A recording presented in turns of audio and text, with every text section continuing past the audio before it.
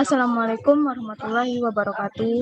Puji syukur kita ucapkan atas kehadiran Allah Subhanahu wa Ta'ala yang telah melimpahkan rahmat dan karunia-Nya kepada kita semua sehingga kita dapat melakukan presentasi pada hari ini.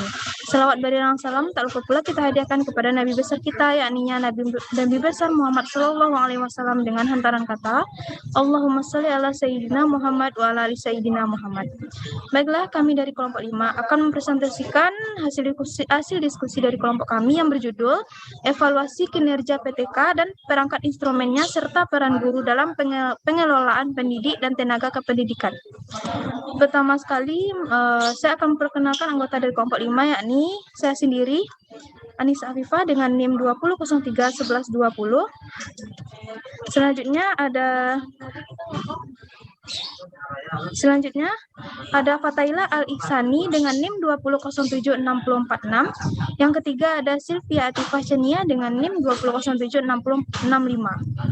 Baiklah, saya akan membacakan materi pertama, yakni yang A, evaluasi kinerja PTK.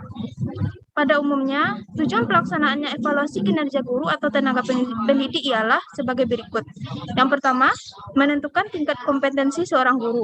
Yang kedua, meningkatkan efisiensi dan efektivitas kinerja guru dan sekolah. Yang ketiga, menyajikan suatu landasan untuk pengambilan keputusan dalam mekanisme penetapan efektif atau kurang efektifnya kinerja guru. Yang keempat, menyediakan landasan untuk program pengembangan keprofesian berkelanjutan bagi guru.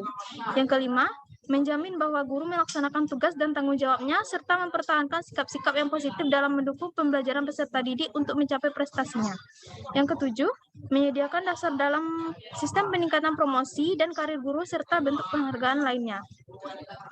Selanjutnya, baiklah, saya Fataila Al-Ihsani dengan NIM 20076046 akan melanjutkan presentasi tentang konsep evaluasi kinerja tenaga pendidik. Syarat sistem evaluasi kinerja tenaga pendidik diperlukan untuk memperoleh hasil evaluasi yang benar dan tepat. Syarat tersebut antara lain, yang pertama, valid. Aspek yang dinilai benar-benar mengukur komponen tugas tenaga pendidik dalam melaksanakan pembelajaran, pembimbingan, dan tugas lain yang relevan dengan fungsi sekolah. Kedua, reliable, berarti mempunyai tingkat kepercayaan tinggi bila proses yang dilakukan memberikan hasil yang sama untuk seorang tenaga pendidik yang dievaluasi kinerjanya oleh siapapun dan kapanpun. Kemudian ada praktis, dapat dilakukan oleh siapapun dengan relatif mudah, dengan tingkat validitas dan reliabilitas yang sama, dalam semua kondisi tanpa memerlukan persyaratan tambahan. Prinsip-prinsip pelaksanaan evaluasi kinerja tenaga pendidik digunakan agar hasil pelaksanaan dan evaluasi kinerja tenaga pendidik dapat dipertanggungjawabkan. Adapun prinsip-prinsipnya diantaranya, 1. Berdasarkan ketentuan. Evaluasi kinerja tenaga pendidik harus dilaksanakan sesuai dengan prosedur dan mengacu pada peraturan yang berlaku. Yang kedua, berdasarkan kinerja. Kinerja yang dapat diamati dan dipantau sesuai dengan tugas guru atau tenaga pendidik sehari-hari dalam melaksanakan kegiatan pembelajaran, pembimbingan, tugas tambahan yang relevan dengan fungsi sekolah. Ketiga, berlandaskan dokumen PK guru.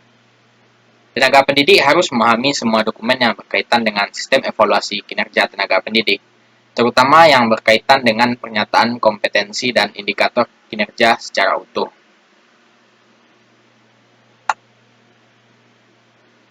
Empat, dilaksanakan secara konsisten. Dilaksanakan teratur setiap tahun, diawali dengan penilaian format di awal tahun dan penilaian sumatif di akhir tahun dengan memperhatikan hal-hal sebagai berikut. A. Objektif. Evaluasi kinerja tenaga pendidik dilaksanakan secara objektif sesuai dengan kondisi nyata guru atau tenaga pendidik dalam melaksanakan tugas sehari-hari. Kedua, adil. Evaluator atau penilai kinerja tenaga pendidik memberlakukan syarat, ketentuan, dan prosedur standar kepada semua guru dan tenaga pendidik yang dievaluasi. C. Akuntabel. Hasil pelaksanaan evaluasi harus dapat dipertanggungjawabkan. D. Bermanfaat. Evaluasi kinerja tenaga pendidik bermanfaat bagi guru, tenaga pendidik, dalam rangka peningkatan kualitas kinerja secara berkelanjutan dan sekaligus pengembangan karir profesinya. E. Transparan. Proses evaluasi kinerja tenaga pendidik memungkinkan bagi evaluator atau penilai yang dievaluasi dan pihak lain yang berkepentingan untuk memperoleh akses informasi atas penyelenggaraan evaluasi tersebut. F. Berorientasi pada tujuan. Evaluasi berorientasi pada tujuan yang telah ditetapkan. G. Berorientasi pada proses. Evaluasi kinerja tenaga pendidik tidak hanya berfokus pada hasil, tetapi juga perlu memperhatikan proses, yakni bagaimana guru atau tenaga pendidik dapat mencapai hasil tersebut. H. Berkelanjutan. Evaluasi kinerja tenaga pendidik dilaksanakan secara periodik, teratur, dan berlangsung secara terus-menerus selama seseorang menjadi guru atau tenaga pendidik. I. Rahasia. Berarti hasil evaluasi hanya boleh diketahui oleh pihak-pihak yang terkait dan berkepentingan. Baiklah, sekian dari saya. Selanjutnya akan dibawakan oleh teman saya. Baiklah, saya Sylvia Tifa Chania, NIM 20076065. Di sini saya akan membacakan materi selanjutnya, yaitu tentang peran guru dalam administrasi PTK. Dalam administrasi kepegawaian lebih difokus kepada guru sebagai pegawai negeri. Pegawai negeri adalah mereka yang telah memenuhi syarat-syarat yang ditentukan dalam perundang-undangan yang berlaku, diangkat oleh pejabat yang berwenang, dan diserahi tugas dalam suatu jabatan negeri atau disertai tugas negara lainnya yang ditetapkan berdasarkan suatu perundang-undangan yang berlaku. Seorang calon guru bisa menjadi seorang pegawai negeri jika telah melalui rekrutmen tertentu. Rekrutmen merupakan suatu aktivitas manajemen yang mengupayakan didapatkannya seseorang atau lebih calon pegawai yang betul-betul potensial untuk menduduki posisi tertentu atau melaksanakan tugas tertentu di sebuah lembaga. Adapun peran guru dalam administrasi kepegawaian menurut Ari Kunto dan kawan-kawan tahun 2008 yaitu yang pertama, membuat buku untuk pegawai. Yang kedua, mempersiapkan usul kenaikan pangkat pegawai negeri, pejabat, dan karyawan lainnya. Yang ketiga, membuat inventarisasi semua file kepegawaian baik kepala sekolah maupun wakil dan tata usaha lainnya. Yang keempat yaitu membuat laporan rutin kegiatan harian, mingguan maupun bulanan. Yang kelima yaitu membuat laporan data sekolah dan pegawai. Yang keenam yaitu mencatat tenaga pendidik yang akan mengikuti penataraan. Yang terakhir atau yang ketujuh yaitu mengarsipkan surat keputusan kepala sekolah tentang proses KBM, surat tugas, dan surat lainnya. Berikut akan diuraikan peran guru dalam kegiatan. Yang pertama yaitu administrasi kurikulum. Menurut Prof. Sujipto dan teman-temannya dalam bukunya yang berjudul Profesi Keguruan tahun 1999, bahwa kurikulum merupakan seperangkat bahan pengalaman belajar siswa dengan segala pedoman pelaksanaannya yang tersusun secara sistematik dan dipedomani oleh sekolah dalam kegiatan mendidik siswanya.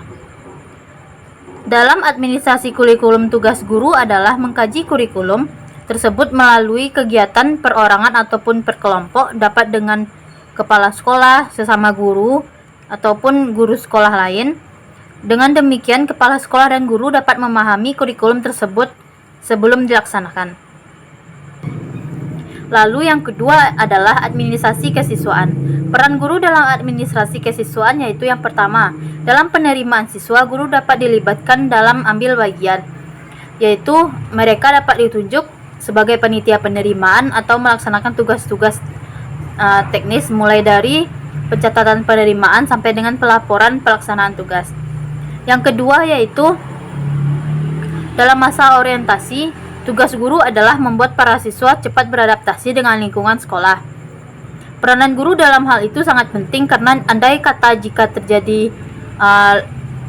langkah pada saat pertama dapat berakibatkan kekurang beruntungannya bagi siswa jika bagi jiwa anak untuk sewaktu-waktu selanjutnya. Yang ketiga yaitu untuk mengatur kehadiran siswa di kelas. Yang keempat, memotivasi siswa untuk senantiasa berprestasi tinggi. Lalu yang terakhir adalah menciptakan disiplin sekolah atau kelas yang baik. Lalu yang ketiga adalah administrasi sarana dan prasarana. Untuk menunjang pelaksanaan pendidikan, diperlukan fasilitas pendukung yang sesuai dengan tujuan kurikulum. Dalam mengelola fasilitas agar bermanfaat yang tinggi, diperlukan aturan yang jelas serta pengetahuan dan keterampilan personel sekolah dalam administrasi sarana dan prasarana tersebut. Sedangkan administrasi prasarana dan sarana pendidikan merupakan keseluruhan proses pengadaan, pendayagunaan, dan pengawasan prasarana dan peralatan yang digunakan untuk menunjang pendidikan agar tujuan pendidikan yang telah ditetapkan tercapai secara efektif dan efisien. Lalu yang keempat adalah administrasi personal. Secara keseluruhan, guru berperan dalam melakukan pendataan dan pencatatan yang meliputi kehadiran guru atau karyawan, surat masuk dan keluar, beserta inventarisasi kearsipan, informasi hasil rapat oleh Dewan Guru maupun pegawai, serta pencatatan lain yang terikat dengan lembaga. Di luar itu, guru menjadi penghubung informasi kepada seluruh warga sekolah, seperti memberikan pengumuman melalui media informasi, dan selebihnya pemeliharaan terhadap aset sekolah seperti gedung dan sebagainya yang menjadi tanggung jawab kepala sekolah secara khusus dan guru pada umumnya. Lalu yang kelima adalah administrasi keuangan. Administrasi keuangan meliputi kegiatan perencanaan, penggunaan, pencatatan, pelaporan, dan pertanggungjawaban dana yang dialokasikan untuk penyelenggaraan sekolah. Tujuan administrasi ini adalah untuk mewujudkan suatu tata tertib administrasi keuangan sehingga pengurusnya dapat dipertanggungjawabkan sesuai dengan ketentuan yang berlaku. Lalu yang keenam yaitu administrasi hubungan sekolah dengan masyarakat. Administrasi ini sebagai usaha kooperatif untuk menjaga dan mengembangkan aturan informasi dua arah yang efisien serta saling pengertian antara sekolah, personel, dan dengan masyarakat. Peran guru dalam administrasi ini yaitu yang pertama membantu sekolah dalam melaksanakan teknik administrasi hubungan sekolah dengan masyarakat, dan yang kedua membuat dirinya lebih baik lagi dalam bermasyarakat. Yang ketiga, dalam melaksanakan semua itu guru harus melaksanakan kode etiknya. Lalu yang terakhir yaitu administrasi layanan khusus. Merupakan suatu usaha yang tidak secara langsung berkenaan dengan proses belajar mengajar di kelas, tetapi secara khusus diberikan oleh sekolah kepada para siswanya agar mereka lebih optimal dalam melaksanakan proses belajar. Ada 3 macam layanan khusus ini, yaitu pusat sumber belajar, kafetaria, warung atau kantin sekolah, dan yang terakhir yaitu unit kesehatan ke sekolah. Baiklah, sekian dari video presentasi kami. Mohon maaf apabila ada kesalahan. Saya akhiri dengan Assalamualaikum warahmatullahi wabarakatuh.